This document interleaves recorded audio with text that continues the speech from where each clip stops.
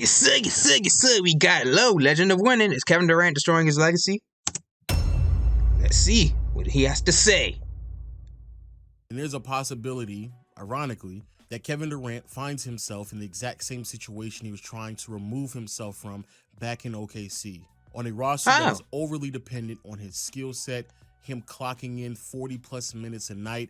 Yeah, Kyrie coming back. Kyrie's coming back on Sunday. And doing all that with the possibility of the result of the team still losing in a 7-game series. We are 15 games into the regular season, and the Nets are so far removed from where they want to be as a franchise that I honestly don't know what they can do to change things around. Dang, with a record of the Kings would hang 153 on y'all. To 9, a mediocre offense, a bottom 10 defense, them already firing head coach Steve Nash. 7 games into the regular season, Kyrie Irving already missing games this early on into the year, and Ben Simmons looking nowhere near close to the player that he once was. The Nets might have dug themselves a hole way too deep for them to come out of, and the one individual that will suffer the most out of this, Kevin Durant, go to the Grizzlies, is Kevin Durant. And honestly, none of this really isn't a surprise to me at all. Not only because some of this was identifiable 8 months ago, but looking at the trajectory of the Brooklyn Nets moving forward and all of the options that are disposable to KD, I honestly don't see that many paths for the future Hall of Famer to come out in a positive light throughout this entire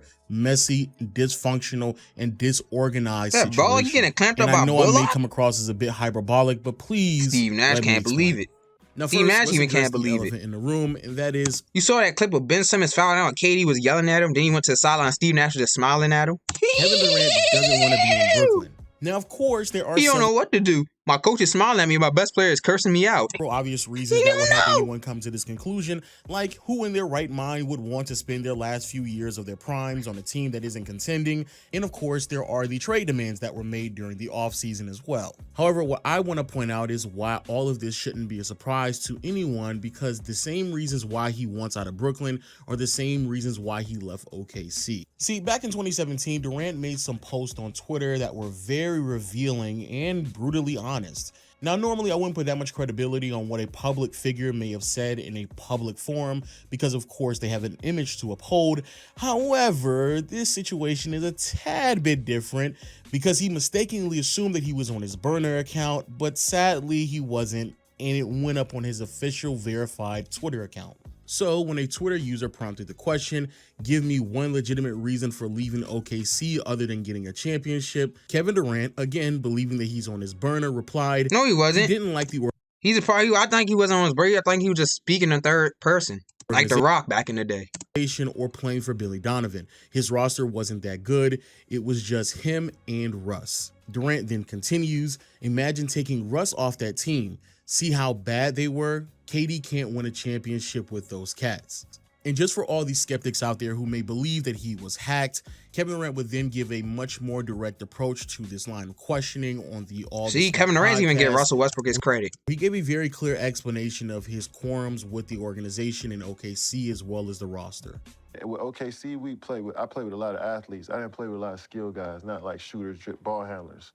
So after a while, my game started to grow. I was like, I need a change. This is before the season even started. You know they're going to sell out to stop me, meaning they're going to leave Andre Roberson. Anybody but you. I would Anybody too. but me. I would leave Andre Roberson too. And it's easy for a team to guard this. Anybody He's but cheating me. on Andre. Andre Roberson too. And it's easy for He's still with R.A. Demeter? Anybody but me. I would leave Andre The Roberson 2K TV chick, the old one? For a team to guard us when we got guys that not respected from the three. Yeah. You know what I'm saying? So I was tired of playing in that system. Again, very interesting, revealing, and extremely honest from a player who was on a team that was a title contending unit. But now, since we know all of the complaints that Durant had within his time in OKC, let's write it down and see how similar it is to the situation he's in right now.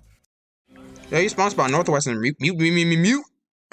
First, he didn't like the coach nor the front office. He also believed that the roster was extremely top-heavy, and then he went into further detail, highlighting how there weren't enough skill players rather than way too many athletes on a roster, and even went as far as to highlight a specific player in Andre Roberson. So now, if we compare that to the situation, Then he said the other day that he helped build Andre Roberson confidence up.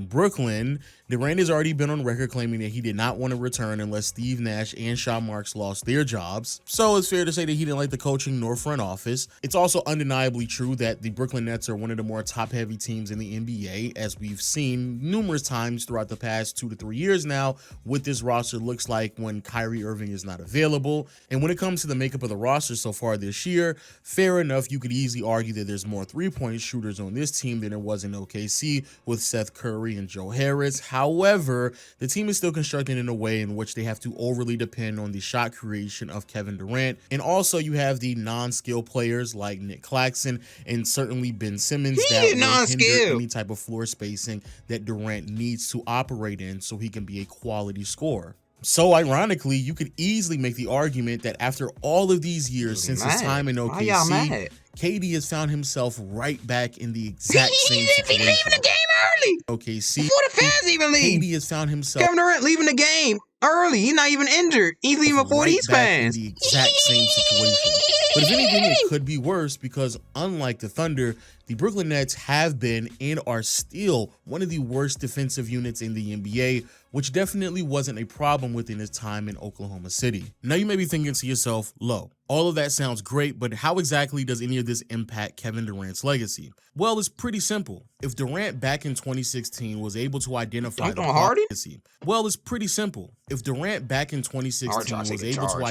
problems with the Thunder that prevented him from playing great basketball on a great team that could result in a championship. Remember those jerseys? Some of those the Christmas jersey. He played them on Christmas. Are identifiable with the Brooklyn Nets. More than likely that means Kendrick Perkins.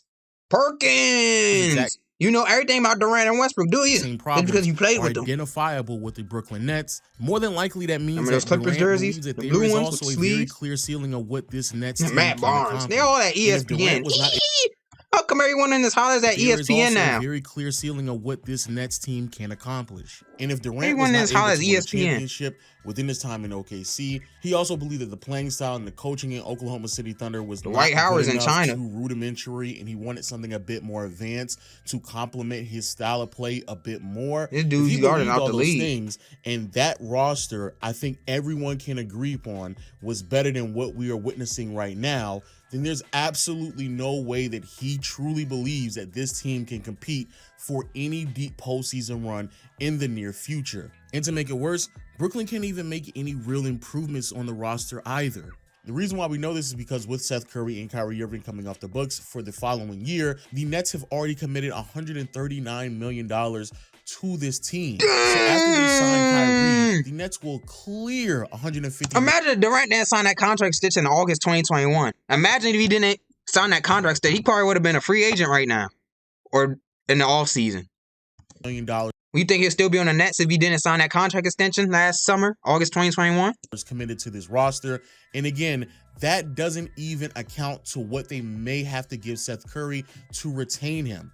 And if they don't, then once more, the roster will get worse. Now you're probably asking yourself, well, why exactly are they in so much financial disarray? And it's because of the Ben Simmons contract. Simmons this year is making $30. The 76ers gave him a max contract in 2019. They gave him a max contract in 2019. $5 million. I would have gave it to him too. The following year, he's making roughly $38 million. Well, probably not. Probably not. Before I give someone a max, I'm looking at their stats. I'm looking at their progression over season. Last year, his contract, he is clearing 40 M's for a player that is playing nowhere near to the same level as other players in the league who are getting paid relatively the same, such as Devin Booker, Pascal Siakam, Zach LaVine, Trae Young, and Luka Doncic, just to name a few. So the level of financial commitment that the Nets are going to have to see within just 3 players with Kyrie, KD, and Simmons, it is very clear that this franchise has already met its threshold with the type of talent that it could acquire to potentially make them better. So yeah, Brooklyn is a mess. And Kevin Durant is the only player on this team who has the ability to consistently carry them to compete for regular season wins. Right now, he's 34 years old, clocking in 37 minutes a game, trying to compete with a team that on any given night is so poorly defensively that they can allow the opposing team's best player to have a career night against them. And even when Kyrie does come back and play, there's so many holes on the team offensively, especially with players such as Ben Simmons and Nick Claxton, that at best, the Brooklyn Nets are going to hover around being an average offensive ball club, which all amounts to a team that more than likely will be struggling to make a playoff appearance yet again, let alone competing for a deep postseason run, and certainly are far removed from competing for a championship, which is not only unfortunate, but is literally the worst case scenario for KD. No, he's sponsored by Northwestern Mutual, dude.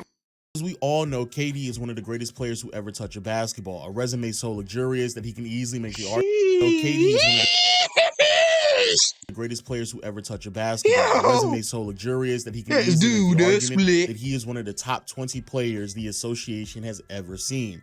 And because of that status that he upholds within NBA history, the only way that he can continue to climb the ladder into all-time greatness is by winning championships. And if he's not able to do that with this roster, then there's nothing more that he can really truly add to his resume that would be the difference maker. Now, some of you may be saying, well, adding something to his resume may be out the question, but at the end of the day, he's at least a top 20 player of all time, and that's good enough. And quite honestly, that is true. But I would argue that that might not be it, because even though, yes, it may be true, the days of adding to his legacy might be over. However, what I believe will start to happen is that people will begin to take away and belittle all the things that he's accomplished.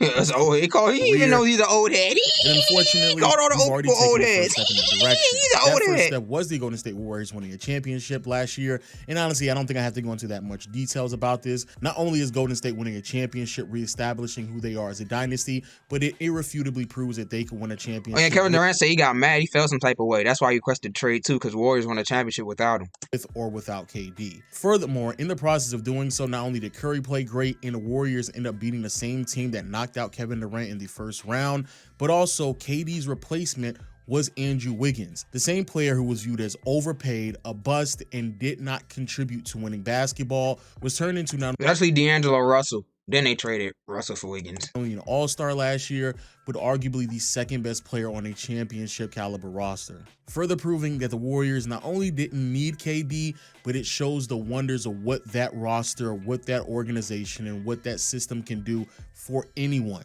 Oh, so you block Jokic? No way. Durant's worst nightmare is the idea of him potentially leaving Brooklyn. Because let's just be honest, KD being up 3-1 against the Golden State Warriors and blowing that opportunity, then leaving that ball club to join the Warriors, in the process complaining about the organization and his teammates and how poorly constructed the roster was around him, just for him to then turn around 3 years later and leave the Golden State Warriors to try to establish something on his own in Brooklyn. Bro, if Kevin Durant fails in his manner and tries to join another roster to try to seek more success, it's going to be a really, really bad look. Especially if he joins the Grizzlies, it's not going to be a bad look. It's going to be a great look. Team with an established Join the star Grizzlies. on the roster. But hey, those are just my thoughts.